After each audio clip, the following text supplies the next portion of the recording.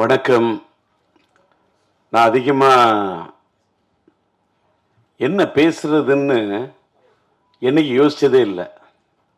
மேடைக்கு பக்கத்தில் வந்தால் பேச்சு வரும். இன்னைக்கு கொஞ்சம் நான் என்ன கலகலப்பாக ஆக்க வேண்டிய இடத்துல சில பேர் கலங்க வச்சிடுறாங்க.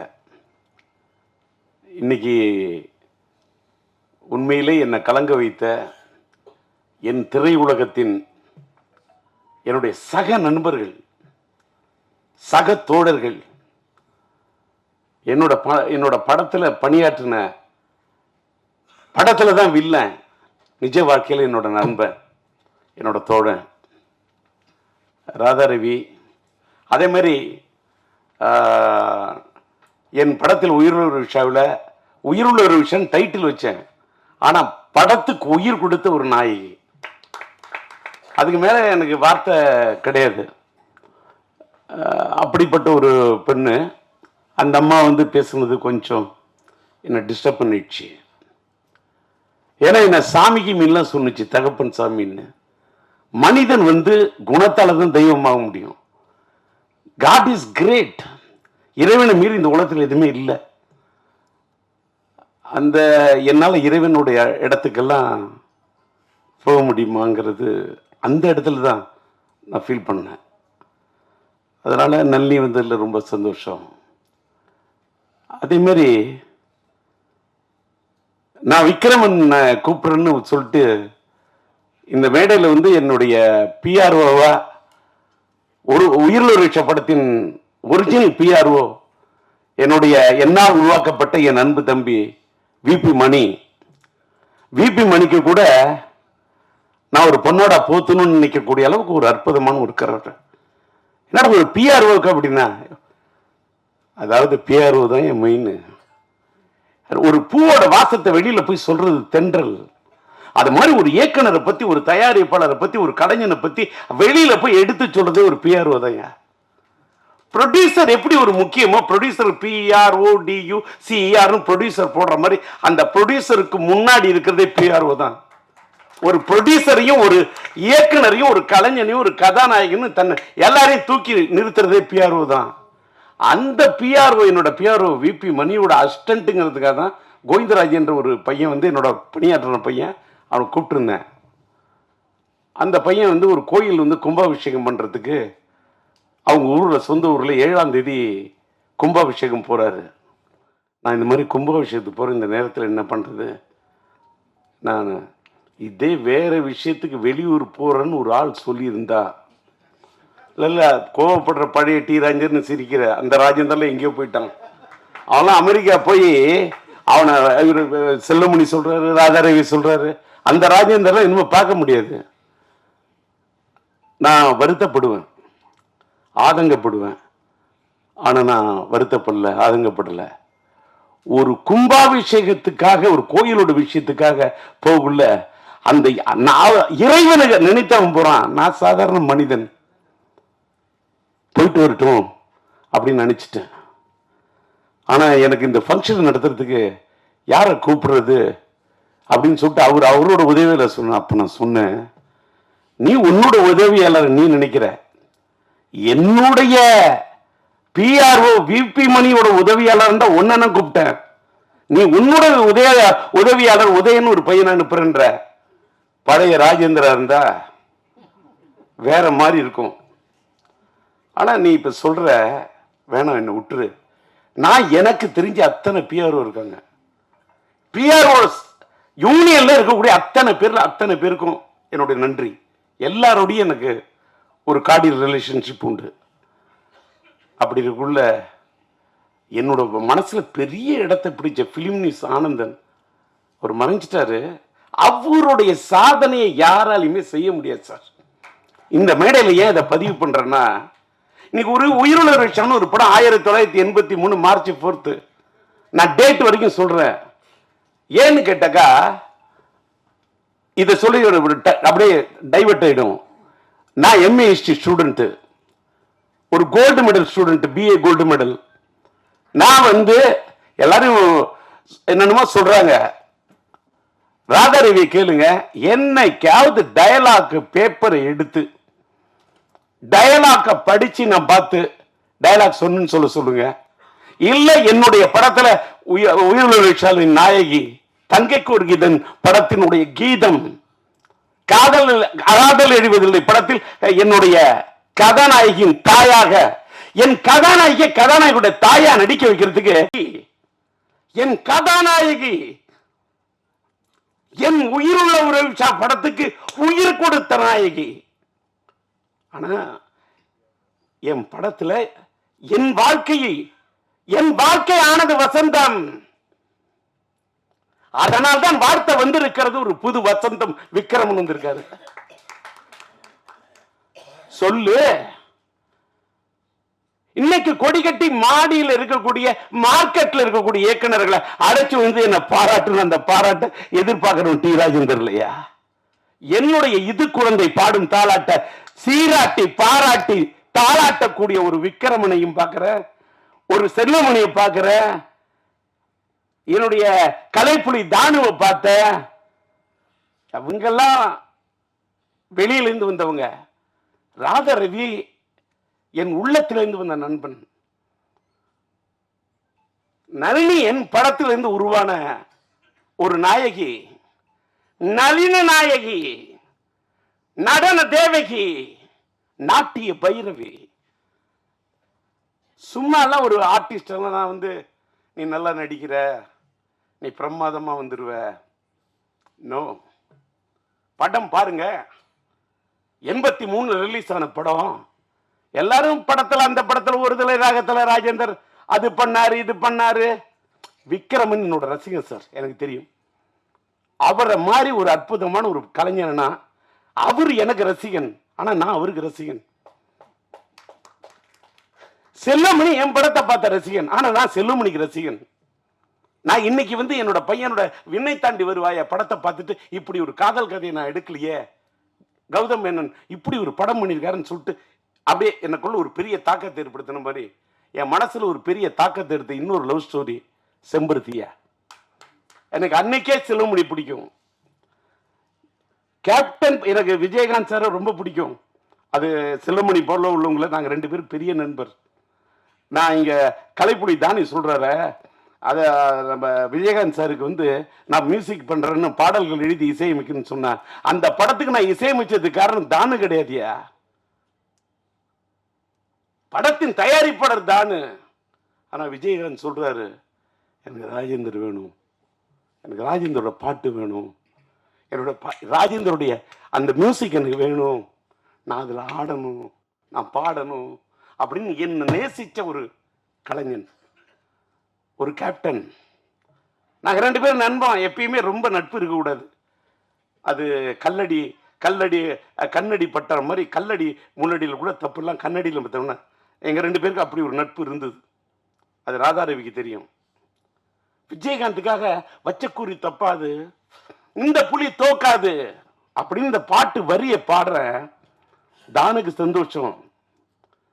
அதை விட விஜயகாந்த் என்ன கட்டி பிடிச்சு தூக்கிட்டாரு.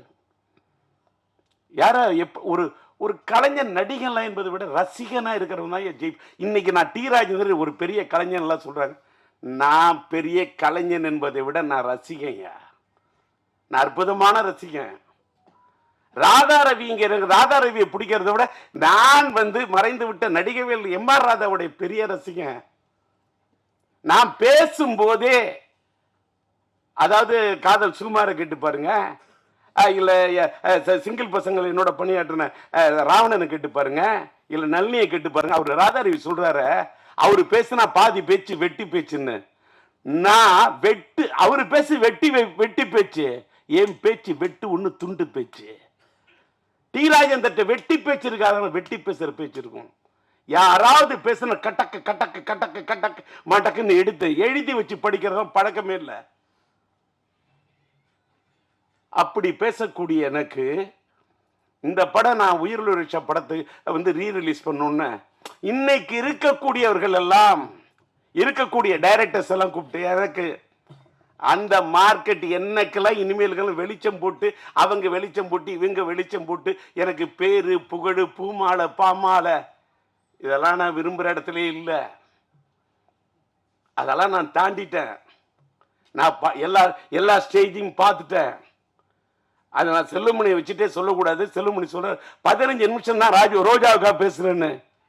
வேற எதுக்காக போய் ரோஜாவுக்கா பேசுனேன்? என்னுடைய சொன்னால் தான் கதாபாத்திரத்துக்கு உயிர் கொடுத்த ஒரு நாயகி, உயிரை குடிச்ச நினைச்ச பொண்ணு சார். இன்னைக்கு சொல்ற உயிரில் ஒரு விஷயத்துக்கு என் படத்துக்கு உயிரை கொடுத்து நினைச்சது. நான் எடுத்த க்ளோஸ்அப்பு, நான் ஒன்று சொன்னா யாரும் நம்ப முடியாது. இவ்வளவு பெரிய நாயகி எப்படி இந்தியா தமிழ்நாட்டே என்ன இந்த பொண்ணை கதாநாயகி படம் எடுத்தையா? இந்த படத்துடைய ஒரிஜினலா பினான்சியர் யாருன்னு கேட்டா பிலிம்கோ வழங்கும் காதர் சாரும் சாதிக்கும் அமீதியும் நான் வாழ்க்கையில மறக்கவே முடியாது. அவங்க தான் இந்த படத்துக்கு பினான்ஸ் பண்ணாங்க. அவங்க படத்தை நான் கதாநாயகியோட க்ளோஸ்அப் அது இது படத்தை எடுத்துட்டு படத்தை போட்டு காட்டுறேன். அதாவது டெஸ்ட் எடுத்திருக்கேன். படத்தை பார்த்துட்டு அவங்க ஃப்ரேம்ல ஜெமினி லேப்ல பார்க்குறாங்க. இந்த பொண்ணு கதாநாயகியா சரியா வராதுன்றாங்க. ஏன் வராதுன்னு கேட்டேன். நான் நளினியை வச்சுட்டு சொல்லக்கூடாது, சொன்னா கூட அந்த பொண்ணோட மனசு புண்பற்றக்கூடாது. ஆனாலும் இதை நான் பதிவு பண்ணணும். ஏன் பதிவு பண்றேன்னு இந்த உலகத்தில் எல்லாருமே கத்துக்கணும். ரொம்ப மூஞ்சி நீட்டா இருக்கு, இது சினிமாவுக்கு சரியா. வேற ஒரு வார்த்தை சொன்னாங்க, அதையும் கூட சொல்லக்கூடாது. நான் சொல்றேன், குதிரை மூஞ்சின்னா என்னையா குதிரை மூஞ்சி? பினான்சியர்ட்ட பேசுற ஒருத்தன் என்ன குதிரை மூஞ்சி? உனக்கு தெரியுமா குதிரையோட அருமை? சூரியன் என்ன உனக்கு தெரியுமா? சந்திரன் என்ன உனக்கு தெரியுமா? செவ்வாய் என்ன உனக்கு தெரியுமா? புதன் வித்தைக்காரன் தெரியுமா? வியாழன் குரு பிரகஸ்பதி உனக்கு தெரியுமா? வெள்ளி சுக்கிரன் உனக்கு தெரியுமா? சனி உனக்கு தெரியுமா? ராகு உனக்கு தெரியுமா? கேது உனக்கு தெரியுமா? ராகுவை போல் கொடுப்பான் இல்லை, கேதுவை போல் கெடுப்பான் இல்லை. 488 பாட்டு படிப்பேன். குதிரன் என்ன சுக்கிரன்? அதாயா சினிமா. இந்த பொண்ணு தமிழ் திரையுலகத்துல இந்திய திரையுலகத்தை கலக்குவாயா? அவதாயா ராணி இல்லையா? இந்த பொண்ணு தாயா நளினி இல்ல. இப்படி இருக்கு அப்படின்னா இப்ப பாத்தீங்கல்ல, வெயிட் பண்ணுங்க, எனக்கு ஒரு 2 நாள் டைம் கொடுங்க. இதே ரஷ்யா உங்களை கூப்பிட்ட நளினிய யாரும் நம்ப மாட்டீங்க. ராதாரி சொன்னா பார்த்தீங்களா, காருக்கு இவ்வளோ ரூபா செலவு பண்ணணும், உடனே காரை செலவு பண்ணி கொடுத்தாருன்னு. படையெடுக்குள்ள இன்ன வரைக்கும் நான் செலவை பார்த்ததே இல்லை. என் சிந்தனைக்கு கொடுத்த மரியாதை நான் பணத்துக்கு கொடுத்ததே இல்லையா? இந்த உலக கடவுளே நேரில் நின்னாலும் பணம் எனக்கு டோன்ட் கேர் செகண்ட். நான் பணத்துக்காக வாழ்ந்ததே இல்லை, இப்பவும் வாழல. இப்ப கூட உயிர் விஷயம் எடுத்துட்டு நான் அப்படியே இதுல சம்பாதிச்சு அதுக்கெல்லாம் இல்லையா. போன 2 நாள் எதுக்கு சொல்ல வரேன்னா, காருக்கு செலவு பண்ணனார என் கதாநாயகி நான் செலவு பண்ண எப்படின்னு சொல்றேன். நான் தானே தயாரிப்பாளர் தஞ்சை சினியாட்ஸ். சொன்ன யாரும் நம்ப மாட்டீங்க. 4000 அடி பிலிம் வாங்கின அந்த காலத்துல. 4000 அடி பிலிமையும் இந்த பொண்ணை கூப்பிட்டேன். நீட்டு ஃபேஸ் தானே சொன்னா, இதை நீட்டு ஃபேஸா எப்படி ஆக்கணும்னு எனக்கு தெரியும். இந்த முகத்தை, இந்த மலர்ந்த முகத்தை எப்படி மலராக்கணும்னு எனக்கு தெரியும். இந்த இதழ் விரித்த இந்த மலரை எப்படி ஒரு சிரித்த மலராக ஆக்கணும்னு எனக்கு தெரியும். என்ன நான் நம்பல, நான் நம்பும் கடவுளை நம்புறேன். அவங்க சொன்ன பாரு, குதிரைன்னு அது வெள்ளி. இந்த பொண்ணை கதாநாயகன் ஆக்குனா இது எனக்கு தருண்டா புகழ அள்ளி, இது தருண்டா எனக்கு பணத்தை அள்ளி எப்படின்னு என்று மனசுக்கு எனக்குள்ளேயே சொல்லி சொல்லி, நான் நல்லிமா என்ன பண்ற, இந்த முடியை அப்படியே விரிச்சு விடுறா, ஃபுல்லா அப்படியே ஹேரை விரிச்சு விட்டுரு, அப்படியே வச்சு பேக் லைட்ல வச்சு கொளுத்துறேன். அப்பயே பேக் லைட்டு, அந்த பேக் லைட் அதாயா என் கதானையோட ஹைலைட்டு. பேக் லைட்டு, அந்த பேக் லைட்டுக்கு முன்னாடி என் கதாநாயகியோட முகம் பிரைட் லைட்டு வச்சு எடுத்தேன். 4000 அடி. அந்த காலத்தில் அந்த 4000 அடி பிலிம் என்ன செலவாகும் எடுத்தேன். ஜெமினி லேப்ல போய் உட்காந்த, அதுக்கு போய் உட்காந்து அந்த காலத்தில் கலரிங் பண்றதுக்கு இப்பெல்லாம் டிஐ பண்ணிட்டு ரஷ்யா ரெடி பண்ணிட்டு அவங்கள கூப்பிட்டேன். யாரு பார்த்துட்டு இந்த பொண்ணு கதாநாயகிய வேணான்னு சொன்னாங்க. அத்தனை பேரும் என்னுடைய எதுக்கு இதை கூட சொல்றேன். உடனே மீடியாலாம், என்னுடைய எல்லா மீடியா நண்பர்களுக்கும் என்னோட வணக்கம். உடனே நான் என்னடா டிஆர் இப்படி பேசுறாரு, என் திறமைக்காக இதை நான் சொல்லல, என்னுடைய திறமையின் இலக்கணத்துக்காக இதை நான் சொல்ல, இதை நான் தலைக்கணத்துக்காக நான் சொல்ல. இந்த உலகத்துல ஒன்னே ஒண்ணு நீங்க தெரிஞ்சுக்கணும், வாழ்க்கையில யாரு எப்ப எப்படி வருவாங்க, கீழே இருக்கிறவங்க மேல வருவாங்க, மேல இருக்கிறவங்க கீழே போவாங்கிறது ஆண்டவனுக்கு மட்டும்தான் தெரியும். அடுத்த எவனுக்குமே தெரியாது. படம் எடுத்தவனுக்கு கூட தெரியாது. ஒரு படம் வெற்றியா இல்லையான்னு படம் எடுக்கிறவனுக்கு தெரியாதியா. படம் பார்க்கக்கூடிய ரசிகனுக்கு மட்டும்தான் தெரியும். ஏன்னு கேட்டா அந்த படம் பார்க்கக்கூடிய ரசிகன் மனசுக்குள்ள இருக்கிறவன் படைச்ச இறைவன் யா. அதனாலதான் மக்கள் தீர்ப்பே மகேசன் தீர்ப்புன்னு சொன்னான். ஓட்டு குத்துறது கூட, ஓட்டு போடுற வரைக்கும் ஓட்டு யாரு யாருக்கு போடுவான்னு யாருக்குமே தெரியாது. ஓட்டு போடுறவனை கை முடிவு பண்றது கிடையாது, ஓட்டை டிசைட் பண்றது கடவுள்.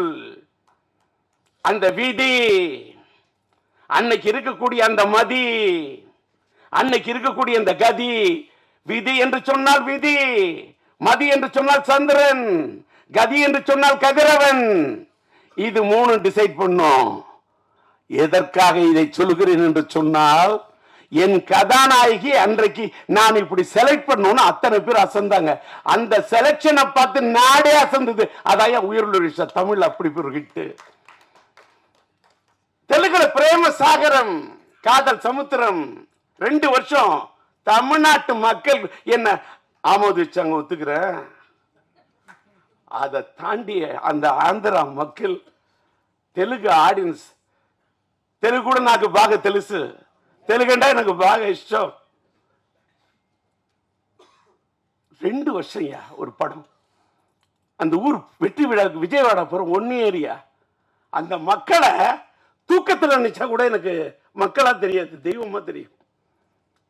ஆந்திரா ஆடியன்ஸ் எனக்கு இப்ப கூட இது நான் நிறைய இதில் சொல்லுவேன், யாராலையும் புரிஞ்சுக்க முடியாது. நான் இப்ப கோயிலுக்கெல்லாம் போறதில்லை, நான் எந்த குளத்துக்கும் போறதில்லை, எந்த ஸ்தலத்துக்கும் போறதில்லை. ஏன்னா நான் இப்ப உள்ளம் பெருங்கோயில், ஊனுடம்பாளையம், வள்ளல் பிரானாருக்கு, வாய் கோபுரவாசல், தெள்ளத்தெளிந்தோருக்கு, சீவனை சிவலிங்கம், கள்ளப்புலனைந்தும் காளாமணி ஒளிவிளக்கே அப்படின்ற உள்ளத்துல தான் தெய்வம் இருக்கான்னு அருட்பெரும் ஜோதி தனிப்பெருங்கருணை வள்ளலார் வழிக்கு போயிட்டேன். உட்கார்ந்த இடத்துல கண்ணை மூடுறேன், மூணு அப்படியே தியானிக்கிறேன்.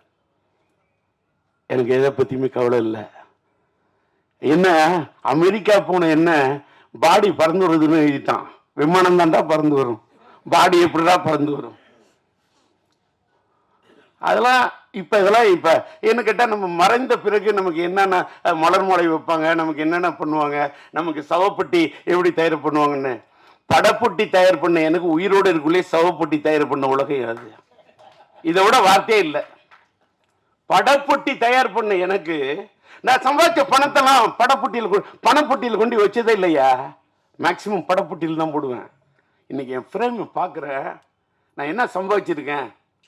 இப்ப இங்க எல்லாரும் பழைய படத்தெல்லாம் பத்தி பேசுனாங்க. இந்த பழைய படத்தை ரெக்கார்டிங் பண்ணி மியூசிக் பண்ணுங்கிறதுக்கு 38 நாள் பாட்டை செதுக்கிருக்கையா. 38 நாள் பாட்டை அதே டியூனு, அதே அண்ணன் மறைந்து விட்ட பாலண்ணன் வாய்ஸ், மறைந்து விட்ட அண்ணன் டிஎம்எஸ் சங்கீத சாம்ராட் டிஎம்எஸ் அண்ணன் வாய்ஸ், அதே நம்முடைய மலேசிய வாசுதேவன் வாய்ஸ். அந்த வைகைக்கரை காத்துக்கு எனக்கு உயிர் கொடுத்த அண்ணன் ஜேசுதாஸ். வாழ்க்கையில லவ் ஃபெயிலியர் என்னால தேவதாசியும் மறக்க முடியாது, அண்ணன் ஜேசுதாசியும் மறக்க முடியாது. அவர் மேல எனக்கு அப்படி அதுக்கு என்ன வார்த்தை சொல்றது, ஒரு தாளாத மயக்கம். அவர் மேல எனக்கு ஒரு தாளாத இது. ஏன் தெரியுமா, எவ்வளவு பெரிய ஞானி, எவ்வளவு பெரிய சங்கீத ஒரு பெரிய சங்கீத சாம்ராஜ்யத்தை கட்டி போட்ட ஒரு மனிதன். அதாவது அவருடைய பாட்டை இந்தியில கேட்டுக்கொண்டு அந்த கோரி திறக்கம் அந்த பாட்டெல்லாம் கேட்டா ஒரு 100 தடவை கேட்பேன். அந்த அவரை நான் பாட வைக்கிறது என்பது ஒருதலை ராகத்திலே அவர் பாட வைக்கணும் உருகி போய் காத்துக்கிட்டு இருந்த ஒரு டேட்டு கிடைக்கல. அதுக்காக தான் ஜெயச்சந்திரன் பாட வச்சேன், கடவுள் வாடும் கோயிலே கற்பூர தீபம். அவர் இந்த வைகைக்கரை காத்தை, நான் ஒரு சின்ன பையன், அவரோட வயசுக்கு முன்னாடி, அவரோட அறிவுக்கு முன்னாடி, அவரோட ஞானத்துக்கு முன்னாடி என்னோட இசை ஞானம்லாம் சும்மா. நான் சொல்லக்கூடிய அந்த ராகத்தை, அந்த வரிகளை அண்ணன் சொன்னார் பாருங்க. இவரு அழகா சொல்றாரு, விக்ரமன் சொன்னாரு, திருக்கோவில் வாசல் அது திறக்கவில்லை, தெருக்கோடி பூஜை அது நடக்கவில்லை, தேவதையை காண்பதற்கு வழி இல்லை. இது இப்படிலாம் வரி. கூண்டுக்குள்ளே அலைமோதும் காதல் கிளி அவள் பாவம், இப்படிலாம் வரும். காதலில் வாழும் கன்னி மனம் காவலில் வாடையில் கன்னி விடும். அங்க கன்னி மனம் 2 சுழி இன்னு, அந்த காவலில் வாடையில் கன்னி விடும் அங்கேயும் 2 சுழி இன்னு. ஆனா மீனிங் வேற. என்னோட படத்தோட எல்லா பாட்டையும் கேளியா, பாட்டோட வரிக்கு மீனிங் சொல்ற, எப்படி சொல்ற, அதை பார்த்துட்டு எடுத்து வச்சுட்டு இன்னைக்கு அதை பேசுறவங்களுக்கு எல்லாம் அத்தனை லட்சம் வியூஸ் கிடைக்குது, அத்தனை மில்லியன் வியூஸ் கிடைக்குது. எனக்கு அப்ப என்ன வியூஸ் கிடைக்கணும்? நான் இப்ப வியூஸையும் நம்புறது இல்லை, நியூஸையும் நம்புறது இல்லை. லைஃப் மாறிடுச்சு. என்னமேலுக்கா இந்த பேரு புகழ் இது எல்லாத்தையும் எடுத்துட்டு போனா எங்க போக முடியும்? மேலோகத்துக்கு போகும்போது எந்த பேரும் வராது, புகழும் வராது, எதுவுமே வராது. நம்ம சேர்த்து வச்ச புண்ணியம் தான் வரும். இன்னைக்கு நான் சேர்த்து வச்ச புண்ணியம் தான் என் பையன் சிம்பு. நான் இன்னைக்கும் பேசுறேன் இத்தனை தெம்பு, அதுக்கு காரணம் என் பையன் சிம்பு. யாரு வேணாலும் என் மேல விட்டு பார்க்கட்டுமா அம்பு, யாரு வேணுமாலும் பண்ணி பார்க்கட்டுமா வம்பு, யாரு வேணுமாலும் சீவி பார்க்கட்டுமே கொம்பு, இல்ல முற்றத்துக்கு கொண்டு வரட்டுமே கொம்பு. என்கிட்ட இருக்குது தெம்பு, காரணம் நான் பெத்த புள்ள சிம்பு. விட்டாது பாயிர அம்பு. நான் சொல்றது நம்பு. எங்க எத்தனை எங்க இறக்கணும் அப்படின்னு டயலாக் அடுத்தவங்க எழுதி கொடுத்த டயலாக் பேசுறோம் டிஆர் இல்ல. நான் சொந்தமா பேசுவேன், தெலுங்கு பேசுவேன், तेलुगु बाग तेलुसु, हिंदी थोड़ा थोड़ा मालूम है, हिंदी में बात कर सकता हूँ, हिंदी में बात करने के लिए कोशिश कर रहा हूँ, हिंदी ला पाडुवें, हिंदी ला पेसुवें, हिंदी ला पाडुवें, तालतोड़ पाडुवें, ஞானத்தோட பாடுவேன். இது தலைக்கணம் இல்ல,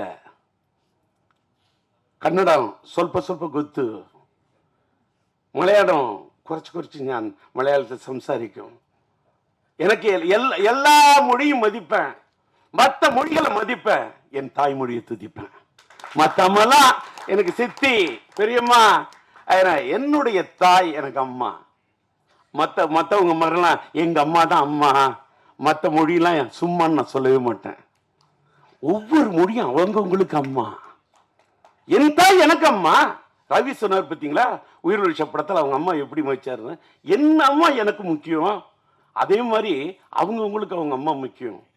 இன்னைக்கு பார்த்தீங்கன்னா மேடையில் வந்து காதல் சுகுமார் நான் மேடை ஏற்றணும்னு அவசியமே இல்லை. என் காதலில் நடித்த பையனை நான் மேடை கூப்பிடுறேன். இன்னைக்கு டி ராஜேந்தர் வந்து இந்த சிங்கிள் பசங்கள்ல வந்து Z5 எனக்கு ஒரு பெரிய ஒரு மைலேஜை கொடுத்தது. அதுல வந்து என்னையும் என் மகன் ஒரு பக்கம் டிஆர் ஒரு பக்கம் எஸ்டிஆர் நேசிச்ச ராவணன் ஒரு பூங்கொத்தை கொண்டு வந்துறான். அதுலயே எனக்கு ஒரு வருத்தம் ஆயிடுச்சு. இந்த பூங்கொத்தை வாங்கி பழைய ஆளா இருந்தா ஏன்டா இத்தனோண்டு பூங்கொத்து வாங்கினீங்க, அந்த பையன் இவ்வளவு பெரிய பூங்கொத்து வாங்கிட்டு வரான், என்னோட பூங்கொத்து விட அவனோட பூங்கொத்துன்னு. ஆனா அவன் வாங்கின பூங்கொத்து வாடிடும், ஆனா என்னோட மனசுங்கிற பூவால ஒண்ணு வாடுத்துறேன்டா, இது வாடவே வாடாது. ஏன்னு கேட்டா ரோஜாவுக்கு போய் நான் பூமாலை போட்டு வாழ்த்திருந்தா கூட நிக்காது. அன்னைக்கு நம்ம சூப்பர் ஸ்டார் ரஜினி, இந்த அவரை பத்தி பேசுனா நான் நிறைய பேசணும். சூப்பர் ஸ்டார் ரஜினி உட்கார்ந்துருக்க அந்த மேடைக்கு இங்க போயிருக்கேன். அன்னைக்கு கூட ரோஜா வந்திருந்தாங்க அந்த அம்மா. அந்த அம்மா நான் பேசுறேன் அப்படி சிரிக்குது, அப்படி சந்தோஷப்படுது.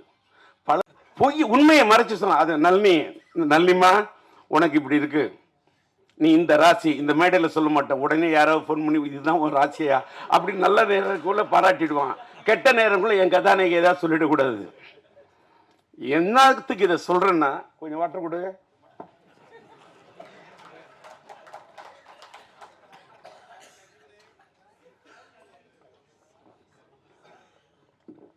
தண்ணி குடிச்சா தப்பு இல்லை, தண்ணி அடிச்சாதான் தப்பு. ஓகே, ஏன்னா எம்ஆர்ஓட ரசிகன்.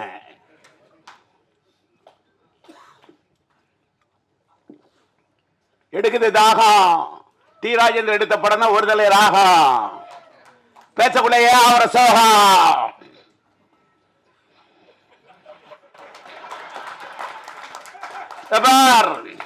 என்னடா என்ன பக்கத்துல வச்சுட்டு எங்க அப்பா மாதிரி பேசுறாரு. பேசுவேன். அவரோட நடிப்பார். என் வீட்டுல யாரு என்ன பேசணும் பாத்தீங்கன்னா, இவர் சொன்னார் ஒரு தப்பு பண்ணாரு. ஒருத்தர் இடையில ஓடி வந்துட்டான்.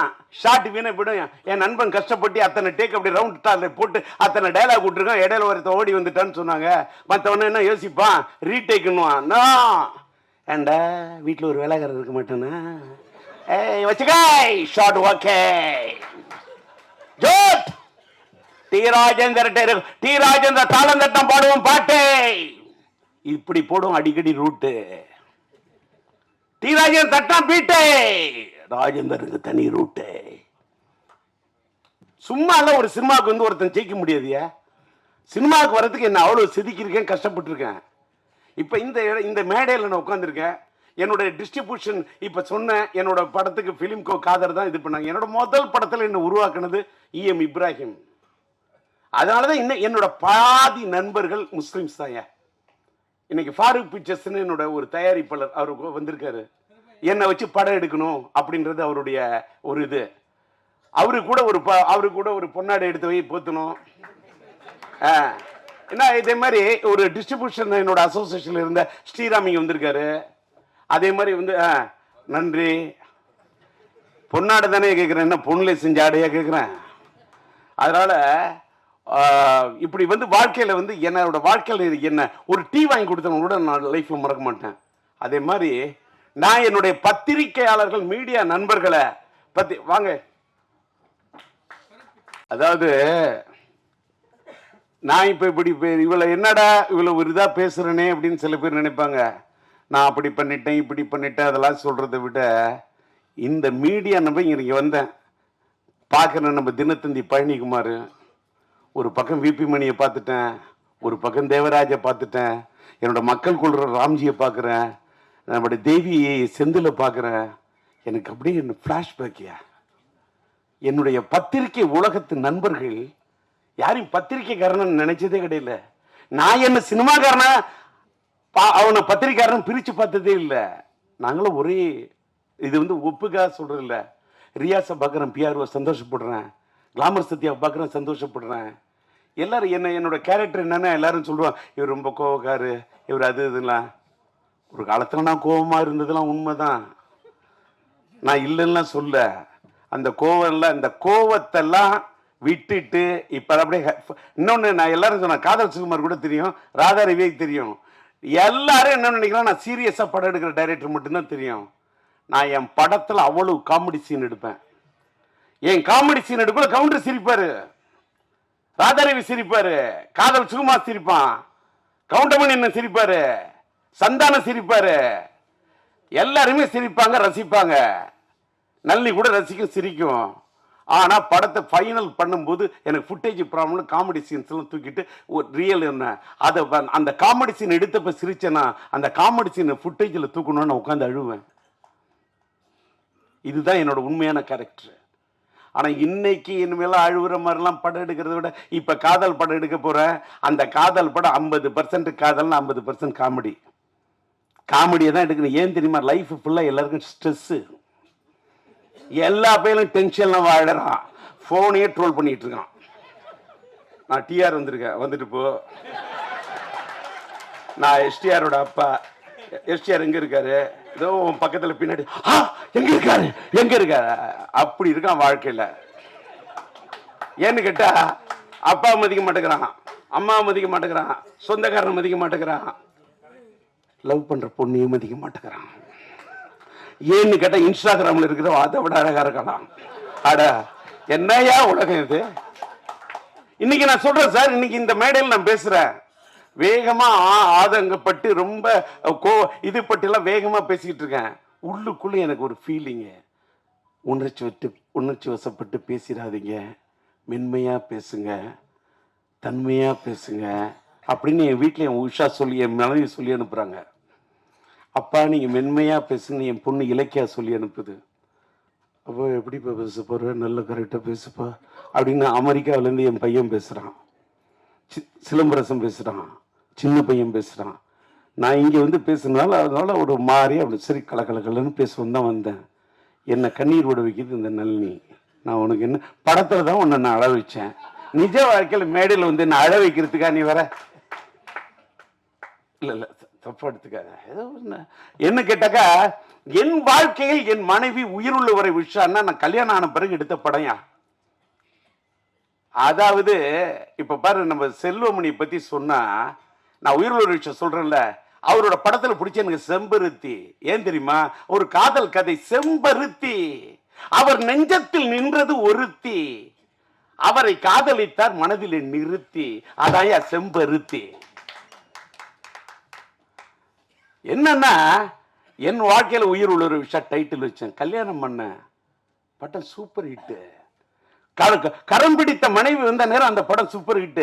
என்னுடைய மனைவி என் வாழ்க்கையின் அதிர்ஷ்ட தேவதை நளினி. அந்த படத்திலே அதை ஆமோதித்த ஒரு தேவதை.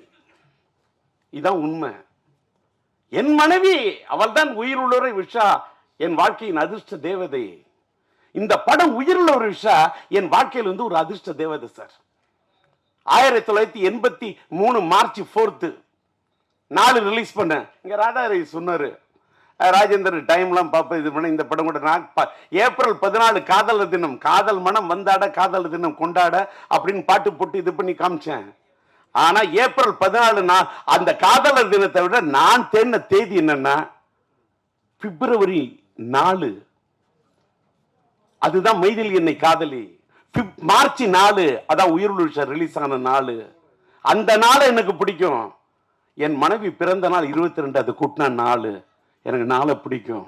நான் மயிலாடுதுறையில் ஈஎம் இப்ராஹிமை தேடி போறதுக்கு வடகர பஸ் ஏறும், அந்த பஸ்ஸோட நம்பர் 4. எனக்கு நாளை பிடிக்கும். நான் அந்த நாளை வச்சுக்கிட்டு தான் பிப்ரவரி 4 வரலான்னு பார்த்தா முடியல சூழ்நிலை. ஏன்னா பிப்ரவரி 6 என் பையன் சிலம்பாட்டம் வந்தோன்னு நான் என் படத்தை தள்ளிக்கிட்டேன். இப்ப தள்ளி வரேன்.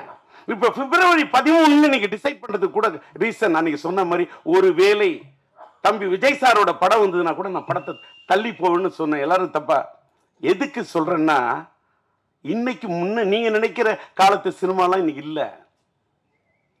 நீங்க நான் அப்படி அந்த படம் வந்தாலும் நான் மோதுவேன், இந்த படம் வந்தாலும் நான் மோதுவேன், எந்த படம் வந்தாலும் மோதுவேன் என்று சொல்லி நான் குதிக்க தயாராக இல்லை துள்ளி, வார்த்தை விட தயாராக இல்லை அள்ளி, சூழ்நிலை பார்த்து படத்தை விட வேண்டுமா விடுவேன் தள்ளி.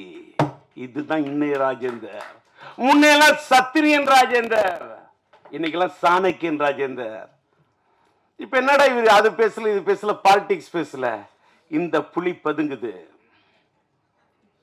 இன்னொன்னு நான் பாலிடிக்ஸ் பேசி என்ன, நான் பாலிடிக்ஸ் பேசினப்ப அப்படி கொள்கைக்காக பேசினப்ப அப்படி பேசினப்ப உறக்க பேசினப்ப ஈழத்தமிழர்களுக்காக என்னுடைய பதவியை ராஜினாமா பண்ணதுக்காக எனக்கு என்ன பட்டையும் கொடுத்துட்டாங்க, எனக்கு என்ன பெரிய பொன்னாடைய போத்திட்டாங்க.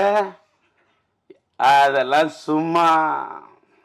இங்க தலையெடுத்து நல்லா இருந்தாதான் வாழ்க்கை. எதுக்கியா இருக்கவே இருக்கு நம்ம சினிமா. எனக்கு வாழ்க்கையில பிடிச்சது 4 அம்மா. ஒண்ணு என்ன பெத்த அம்மா, நான் பார்த்தது இல்ல பிரம்மா, அதுக்கு எடுத்தது என்ன ஆளாக்குன சினிமா. இன்னொன்னு என்னுடைய இந்த தூய்மையான ஆத்மா, இந்த ஆன்மா. நான் சினிமா என்ன வாழ வைக்குது, என் ஆன்மா என்ன வாழ. நான் படுத்தா நிம்மதியா தூங்குறேயா? டி ராஜேந்தர் அப்படி ஆயிட்டேன் இப்படி ஆயிட்டேன் என்ன வேணா சொல்லு, நான் சிரிப்பேன். ஏன்னா எல்லாத்தையுமே பார்த்துட்டேன். இப்ப தலையில இடி உழுதுன்னு சொல்ல, இடி உழுது, அதுக்கு என்ன மியூசிக் போடலாம்னு யோசிப்பேன். இதுக்கு இந்த தண்டருக்கு இதுக்கு என்ன பேங்க் கொடுத்தா கரெக்டா இருக்கும். அது உழுதுன்னா அப்படி கொடுக்கலாமா, நீங்க மாடர்னா எப்படி கொடுக்கலாம், இப்படி யோசிப்பேன். இதெல்லாம் சிரிக்கிற மாதிரி இருக்கு, சிந்திக்கிற மாதிரி இருக்கணும். பசங்கள்லாம் ஸ்ட்ரெஸ் சாவக்கூடாது. நீ வாழ்னியா, உன்னை எவன் வேணா என்ன வேணா திட்டுட்டுமே, திட்டவன திண்டுக்கலுக்கு போக சொல்லி. இந்த மூட விட்டு கேரக்டர்லாம் உன்னை முடியாதுங்கிற வார்த்தையை மூட்டை கட்டி கொண்டு போய் மூர்மான கட்ட வித்துனியா. மனுஷன் தில்லோட நிக்கணும்.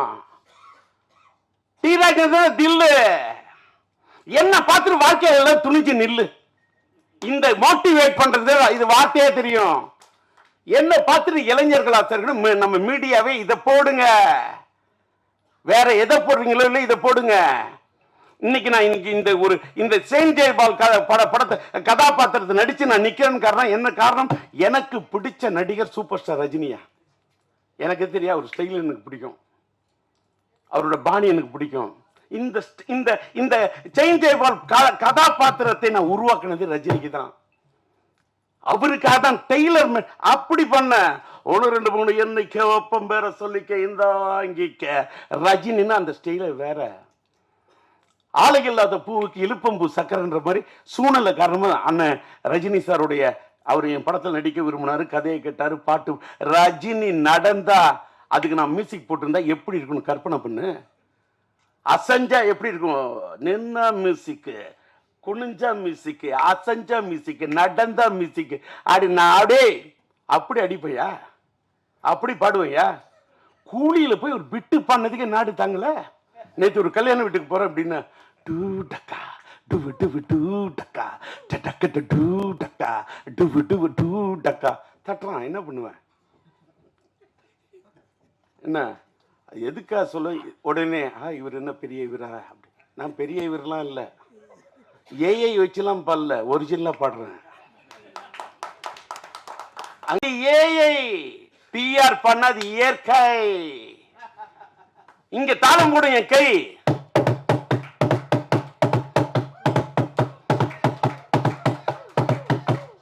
வரும். இது தட்டுனா தாளம் வரும், ராகம். கட்டடிப்போம் கட்டடிப்போம் காலேஜிக்கே, காதலிப்போம் காதலிப்போம் மேரேஜிக்கே. கட்டடிப்போம் கட்டடிப்போம் காலேஜிக்கே, காதலிப்போம் காதலிப்போம் மேரேஜிக்கே. அடியே ஆத்தா முறைச்சி பார்த்தா, அடியே ஆத்தா முறைச்சி பார்த்தா. தங்காதடி தங்காதடி தங்கறது, ஏ துங்காதடி துங்காதடி எங்க மனு. ஏ தங்காதடி தங்காதடி தங்கறது, துங்காதடி துங்காதடி எங்க மனு. கட்டடிப்போம் கட்டடிப்போம் காலேஜுக்கே, காதலிப்போம் காதலிப்போம் மேரேஜுக்கே. கட்டடிப்போம் கட்டடிப்போம் காலேஜுக்கே, காதலிப்போம் காதலிப்போம் மேரேஜுக்கே.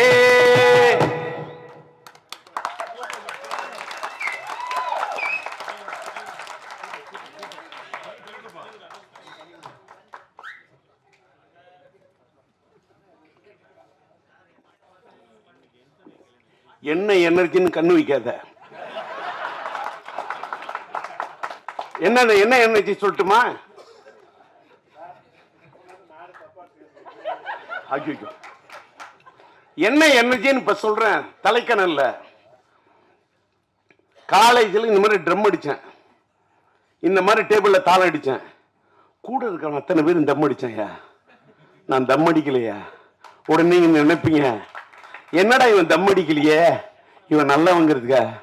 இல்லை சார், தம் அடிச்சாக்கா என் வீட்டில் குடும்பம் அடுப்பு புகையாது சார்.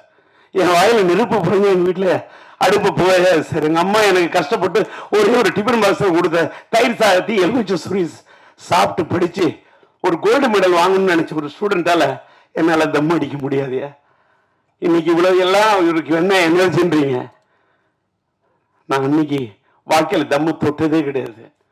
ட்ரம் அடிப்பேன், ஆனா தம் அடிக்க மாட்டேன். இன்னைக்கு தம் பிடிச்சு நிக்கிறேன்னா காரணம் தம் அடிக்காம இருந்தது ஐயா. இதை பார்த்தாவது இளைஞர்கள்லாம் கத்துங்க ஐயா.